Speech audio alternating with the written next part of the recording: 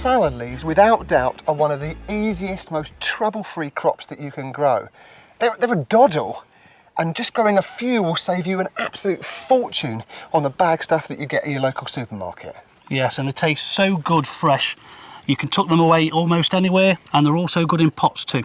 Now, everyone loves a lettuce, but sometimes they just take a little bit longer to mature, and I sometimes just can't wait that long, whereas if you harvest from plants when the leaves are young and tender, you could be eating from, well, just sowing 6 weeks earlier. Essentially what you're doing is you're not waiting for the plants to, well, grow big mature leaves, you're harvesting from them when they're baby young leaves, when they taste best. But importantly, you're not removing the growing tips, because if you do, you won't get any more leaves and therefore harvests.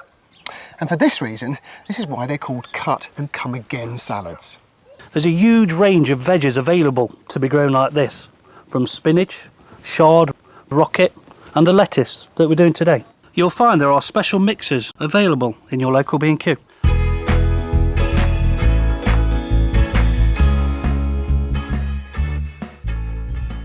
One of the best things about cut and come again salad leaves is that you can grow them even if you don't have what most people believe to be a proper garden.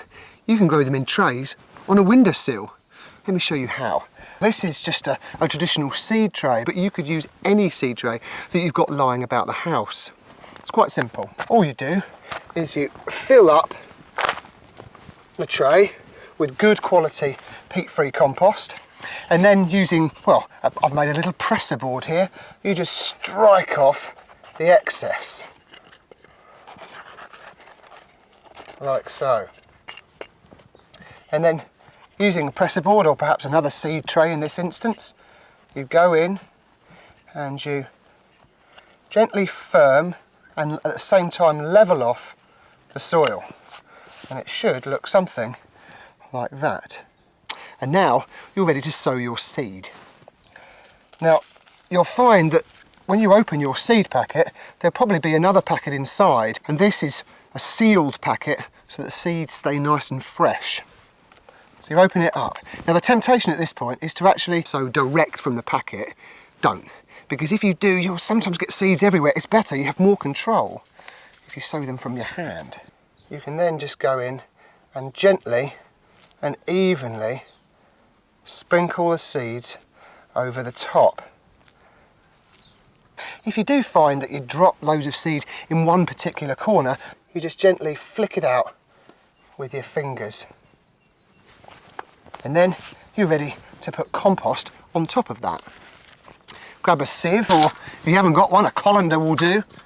Just gently cover the seed. And it should look something like that. Then put the tray on the windowsill and keep it well watered, but importantly, don't put it on a windowsill where it's absolutely scorchingly hot, because you'll only scorch those leaves. Instead, a semi-shady windowsill is best. And if you do this, chances are you can be sort of harvesting from this tray, well, anything 6 to 8 weeks after sowing, for a couple of months at least. And if you're clever, you'll sow a new tray, say, every month or so for a continuous supply.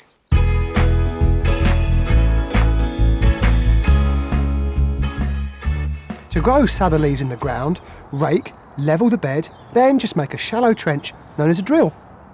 Once everything is nice and level, what you now need is a piece of timber and a garden cane. What you do is you put the timber down on the soil where you're intending to put the drill, and you clearly strike down the soil where you intend to put the drill.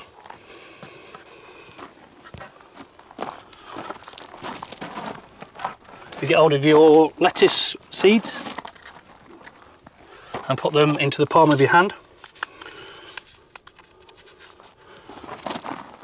And from there you can use your 2 fingers to gently tap the seeds into the drill. Once they're all nice and in the drill, what you can do, you can either rake the soil back over them, or just use your hand to gently cover over the surface.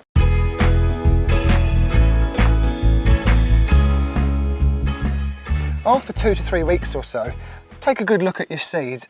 Chances are you will have sown a few too many in one particular spot. Ideally, you want each one spaced apart by about 2 centimetres. So you'll need to go in and thin them out.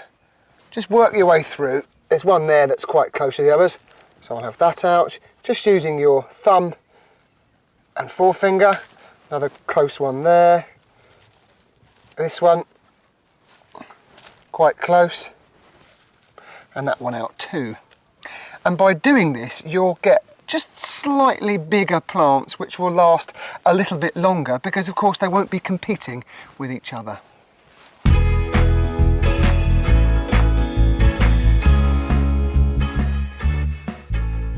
Harvest the leaves from May onwards when they're this big, which is about 10 to 15 centimetres.